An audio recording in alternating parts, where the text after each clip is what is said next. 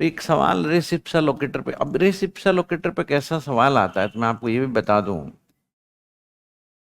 ये देखिए, एक तो बहुत साधारण सवाल आएगा कि what is this res ipsa loquitur, when it can be applied, when it can not be applied.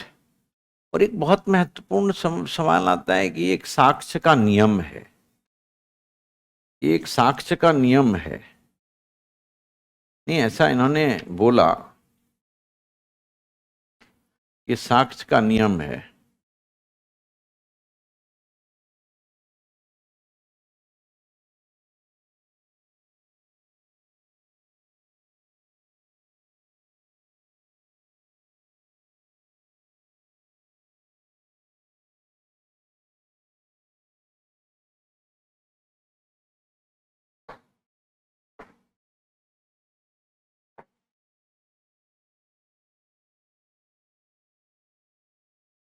देखिए, निर्णित मामलों की सहायता से रेस इप्सा लोकेटर के नियम की व्याख्या कीजिए। निर्णित मामलों की सहायता से। अच्छा, रेस इप्सा लोकेटर कहावत को उदाहरण सहित समझाइए।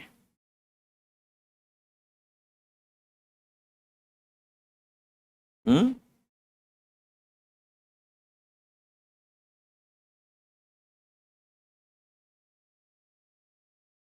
फिर रेस इप्सा लोकेटर कोई विधिक सिद्धांत नहीं है, कोई विधिक नियम नहीं है, साक्ष्य का नियम है जो वादी को लाभ पहुंचाता है, क्योंकि उसे उपेक्षा साबित करने की आवश्यकता नहीं होती।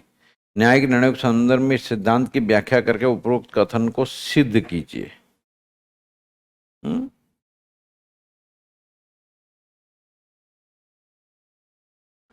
फिर पूछा, ऐसा कहा गया है कि रेस इप्सा लोकेटर उपेक्षा के मामलों में कठोर दायित्व मानकों को लागू करने का एक अत्यंत महत्वपूर्ण साधन है। इस अवलोकन इस कथन की व्याख्या कीजिए।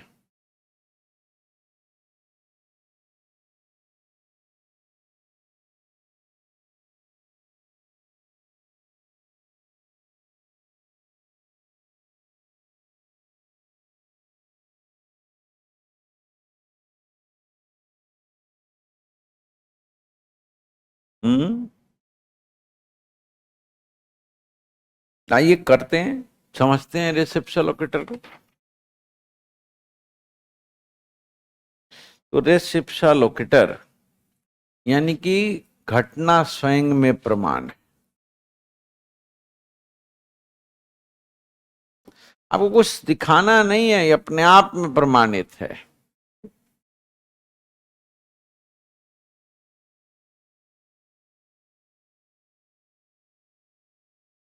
देखिए, इसकी अब ये क्या है, क्यों है, प्रयोग कब होगा, कब नहीं होगा, इसी को हम लोग कहते हैं साइनॉप्सिस। साक्ष्य का नियम कैसे है,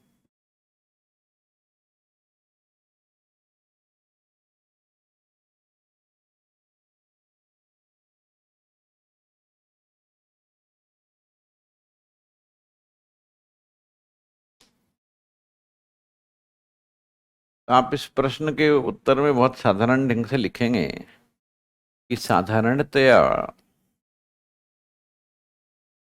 यह वादी का कर्तव्य होता है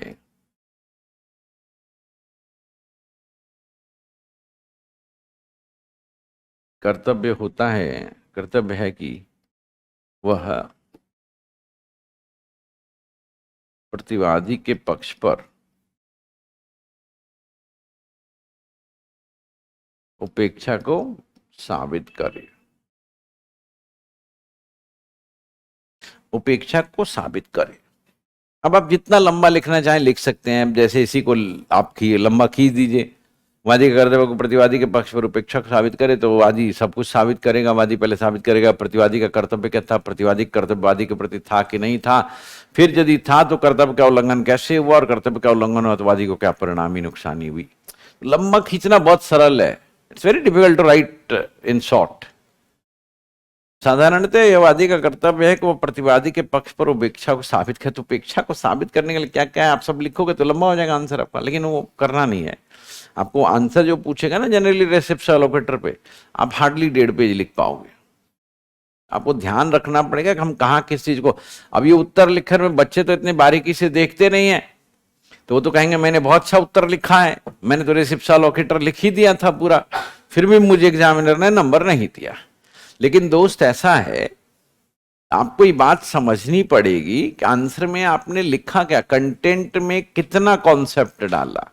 it's not the question of length and breadth, ये लंबाई चौड़ाई का सवाल नहीं। आंसर आंसर सवाल है संकल्पना आपने कितनी समुचित ढंग से डाली है उस बात पर। तो साधारणतः यह वादी का कर्तव्य है कि वह प्रतिवादी के पक्ष पर उपेक्षा को साबित करे। मैंने जैसा पहले भी कहा था कि उपेक्षा को साबित करने के लिए आप बहुत सारे तत्व दिखा देंगे। आप दिखा देंगे कि भाई प्रतिवादी का कर्तव्य वादी के प्रति क्या था, और यदि कर्तव्य था तो कर्तव्य का उल्लंघन कैसे हुआ, और कर्तव्य के उल्लंघन के परिणाम स्वरूप क्या क्षति हुई, आप दिखा देंगे तो उपेक्षा साबित हो जाएगी। लेकिन यहां इसकी जरूरत नहीं होती। साधारणतः वादी कर्तव्य है कि वह प्रतिवादी के पक्ष पर उपेक्षा को साबित करे। ये जनरल नियम है, सामान्य नियम है। लेकिन देखिए यहां पर हमने लिखा भी है, लेकिन कुछ परिस्थितियां ऐसी होती है, लेकिन कुछ परिस्थितियां ऐसी होती है, परिस्थितियां ऐसी होती है जहां जहां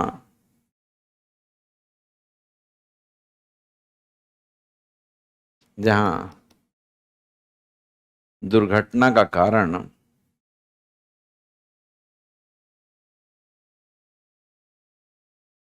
अज्ञात हो या न समझाया जा सके, तो ऐसी स्थिति में वादी से ये अपेक्षा नहीं की जा सकती, वादी से ये अपेक्षा नहीं की जा सकती कि वह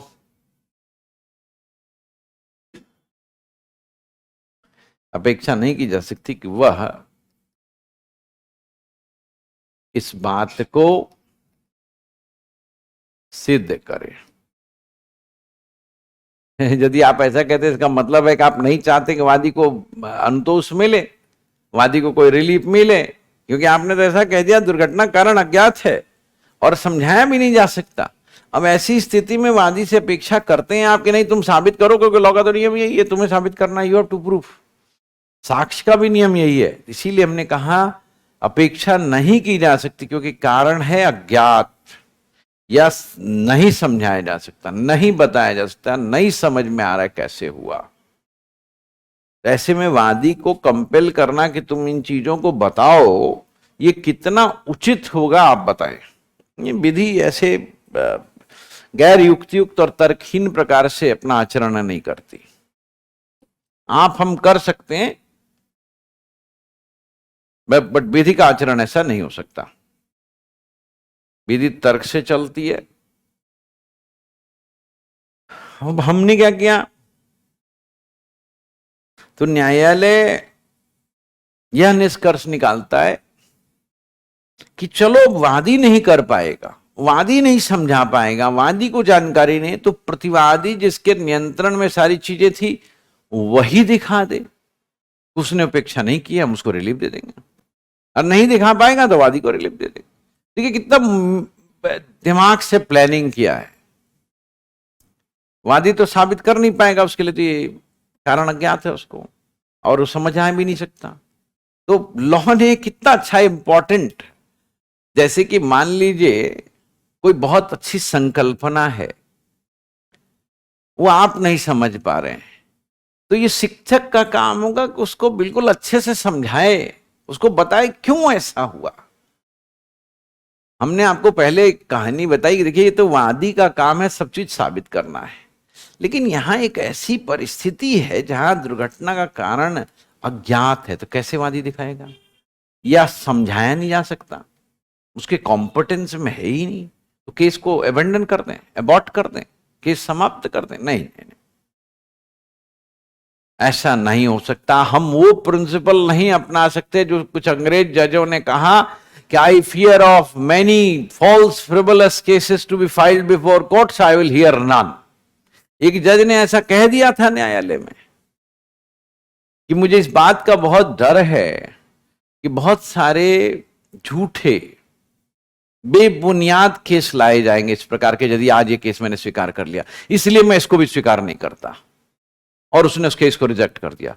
तो बड़ा हंगामा मचा कि साहब आप 100 गलत ना हो जाए इसलिए एक सही को रिजेक्ट कर दिया आप। इसमें तो वाद कारण था, इसमें तो वादी को हानि हुई थी, आपको रिलीफ देना चाहिए था। नहीं नहीं, यदि मैं इसको स्वीकार कर लूंगा तो 100 झूठे केस और आ सकते हैं, फ्लड गेट ओपन हो जाएगा। वो नर्वस शॉक में वो जज कह रहे थे। तो बड़ा हास्यास्पद स्टेटमेंट है वो, कभी मैं आपको बताऊंगा। बट यही ऐसी ही विधि चलती है। तो कहा कि ऐसी स्थिति में वादी से अपेक्षा नहीं की जा सकती कि वह इस बात को सिद्ध करे। तो विधि का नियम है, तो विधि का नियम बनाया गया कि ऐसी परिस्थिति में यदि प्रतिवादी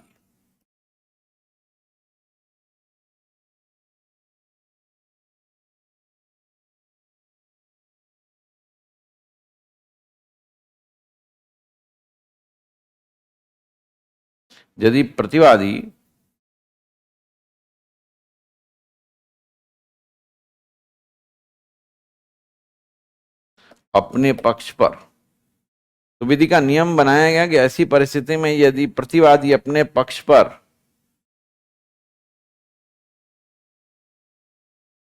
उपेक्षा का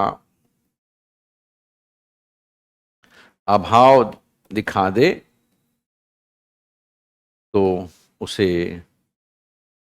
बचाव मिल जाएगा। यानी कि ड्यूटी शिफ्ट कर गई, यानी कि बर्डन ऑफ प्रूफ शिफ्ट कर गया। वादी नहीं दिखाएगा, तुम ही दिखा दो।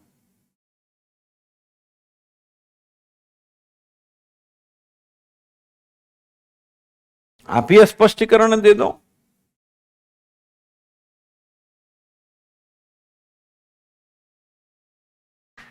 अच्छा, तुम्हारे नियंत्रण में चीज थी ना ये, तुम ही तो कंट्रोल में थे, तुम ही तो इसके मालिक हो, तुम दिखाओ ना, कुछ गलत नहीं है। यदि दिखा दोगे तो बड़ा आनंद आएगा, हम तुम्हें बचाव दे देंगे। जाओ, हो गया काम खत्म, मिल गया relief.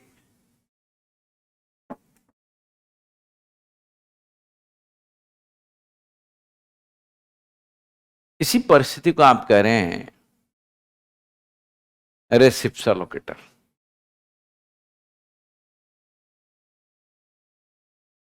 Race ipsa loquitur, things speak for itself, चीजें स्वयं प्रमाण देती हैं।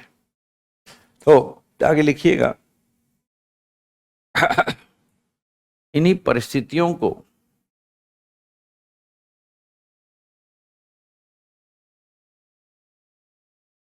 विधि ने रेस इप्सा लोकेटर अर्थात चीजें स्वयं प्रमाण हैं,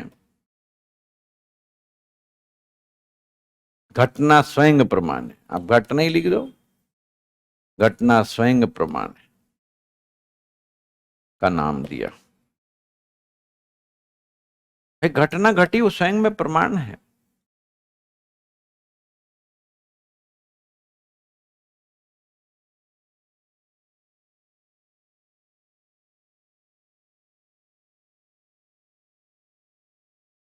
तो वादी को इसमें क्या करना पड़ेगा? देखिए, ऐसा नहीं है कि वादी को कुछ नहीं करना पड़ेगा, वादी को दुर्घटना दिखाना होगा। न्यायालय आपके कहने से तो मान नहीं लेगा ना। देखिए, आप जब क्रिमिनल लॉ पढ़ते होंगे आपको पता होगा कि आप ले जाकर के कोर्ट में एफआईआर रख देंगे तो एफआईआर प्रूफ नहीं हो जाता है।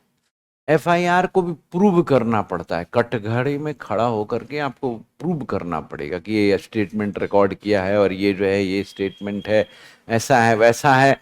आपको न्यायालय को दिखाना, उसको भी सिद्ध करना होता है न्यायालय के समक्ष। आप ये नहीं कि जाके कागज दे देंगे और न्यायालय मान लेगा ये जी एफआईआर है। So you have to prove each and everything in no law. तो आप इसको ये देखो, घटना हुई, घटना का कारण नहीं पता है मुझे। आप बात को बहुत बारीकी से समझिएगा, आप हमारे विद्यार्थी हैं, थोड़ा ध्यान से सुनिए और आनंद लीजिए।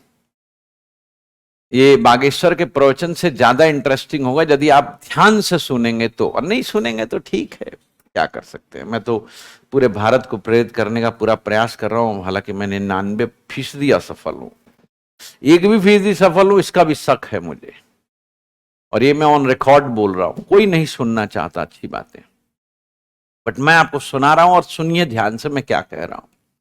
अभी अभी आपने कहा था कि वादी को ये नहीं सिद्ध करना होगा कि इसका कारण क्या था, वादी को उपेक्षा नहीं साबित करना होगा प्रतिवादी का।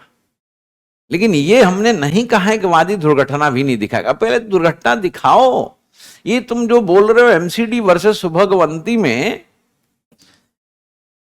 कि क्लॉक टावर गिर गया, तो ये तो दिखाओगे ना कि क्लॉक टावर गिरा। अब वो न्यायालय को जाके कहने से क्लॉक टावर गिरा न्यायालय थोड़ी मान ले, न्यायालय तो कोर्ट बैठा हुआ है कमरे में, उसको कैसे पता है। So you will have to show कि दुर्घटना हुई है, तो दुर्घटना को आप सिद्ध करो, दुर्घटना के कारण आपसे नहीं पूछ रहा हूं। आदमी का मृत होना और आदमी के मृत होने का कारण बताना दोनों अलग अलग बात है। मैं तो कह रहा हूं ये आदमी मर गया है, मरने का कारण नहीं बताया। ये दुर्घटना हो गई, दुर्घटना का कारण नहीं बताइए आप, दुर्घटना हुई ये तो बताओ। अब लिखिएगा आगे, इस सिद्धांत के लागू होने के पूर्व वादी को या तो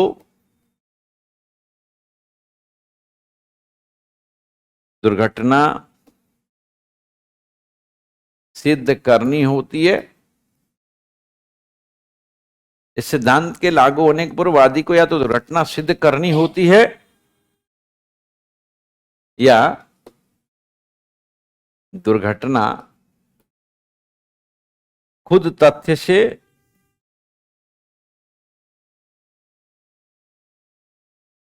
प्रथम दृष्टया स्पष्ट होती है।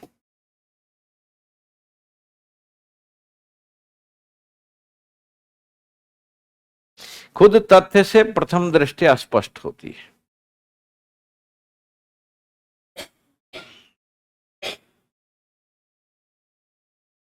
दुर्घटना सिद्ध करो, मैं कारण नहीं कह रहा हूं, कारण अलग है और दुर्घटना अलग है, मृत्यु अलग है और मृत्यु का कारण अलग है।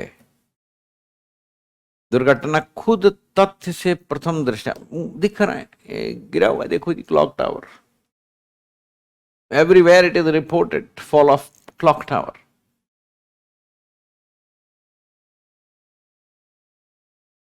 अब जब इसने ये दिखा दिया तो अब प्रतिवादी का कर्तव्य आएगा। अब प्रतिवादी का कर्तव्य होता है, अब प्रतिवादी का कर्तव्य होता है कि वह यह साबित करे,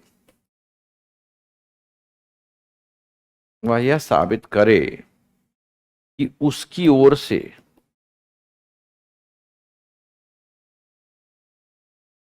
कोई उपेक्षा नहीं हुई है, उसकी ओर से कोई उपेक्षा नहीं हुई है,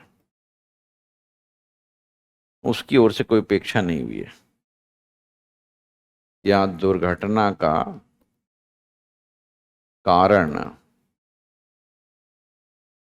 कुछ और हाँ जो दुर्घटना कारण कुछ और था जो उसके नियंत्रण में नहीं है, जो उसके नियंत्रण में नहीं है, जो उसके नियंत्रण में नहीं है।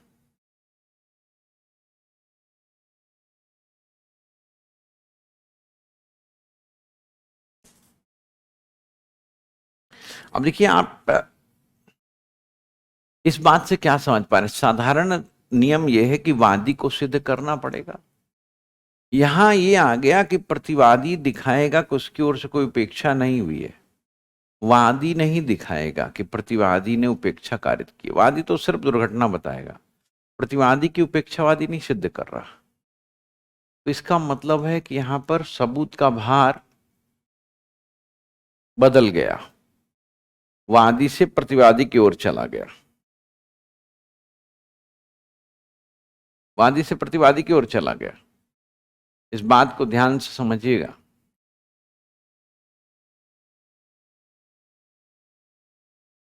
ये बात बहुत महत्वपूर्ण है, बट बात बहुत गंभीर है। इसी को हम लोग कहते हैं साक्ष्य का नियम। आप पढ़े होंगे बहुत जगह कि जहां दहेज मृत्यु में या कई अन्य परिस्थितियों में विधि ये उपधारणा कर लेती कि आपने ही मृत्यु कारित की है। उसमें भी पढ़े होंगे कि पहले आपको दिखाना पड़ेगा कि मृत्यु 7 साल के अंदर हुई, शादी हुई थी, शादी के 7 साल के अंदर मृत्यु हुई, मृत्यु महिला की हुई और वो गैर प्राकृतिक कारणों से हुई, तभी ये उपधारणा होगी। ठीक उसी प्रकार से आपने दुर्घटना दिखा दिया, अब दुर्घटना के बारे में ये साबित करने की वादी का कोई कर्तव्य नहीं है कि प्रतिवादी उपेक्षा कारित किया, बल्कि प्रतिवादी के बारे में उपधारणा कर ली जाएगी कि वो उपेक्षा कर रहा है, वो दिखाए कि हमने उपेक्षा कारित नहीं की है। ठीक उसी लॉजिक पे हम चल रहे हैं। लेकिन पहले आपको दिखाना पड़ेगा कि दुर्घटना कारित हुई है, दुर्घटना घटी है। तो बात को ध्यान रखिएगा। इस प्रकार यह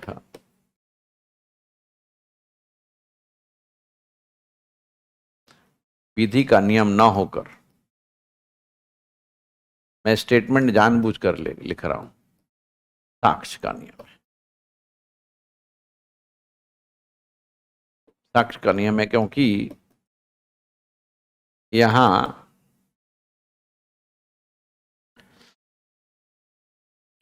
वादी पर सबूत का भार न होकर, वादी पर सबूत का भार न होकर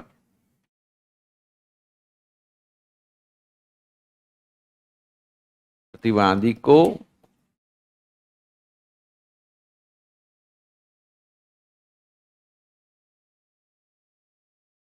उपेक्षा का अभाव साबित करना होता है।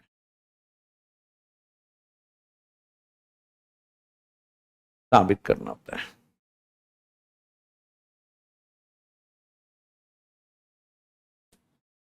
देखिए, तो आपने नियम के बारे में लिख लिया, नियम क्या है, नियम में क्या होता है। अब आपसे अगला सवाल पूछा जाएगा कि नियम लागू कब होता है, नियम लागू होने की शर्तें क्या है।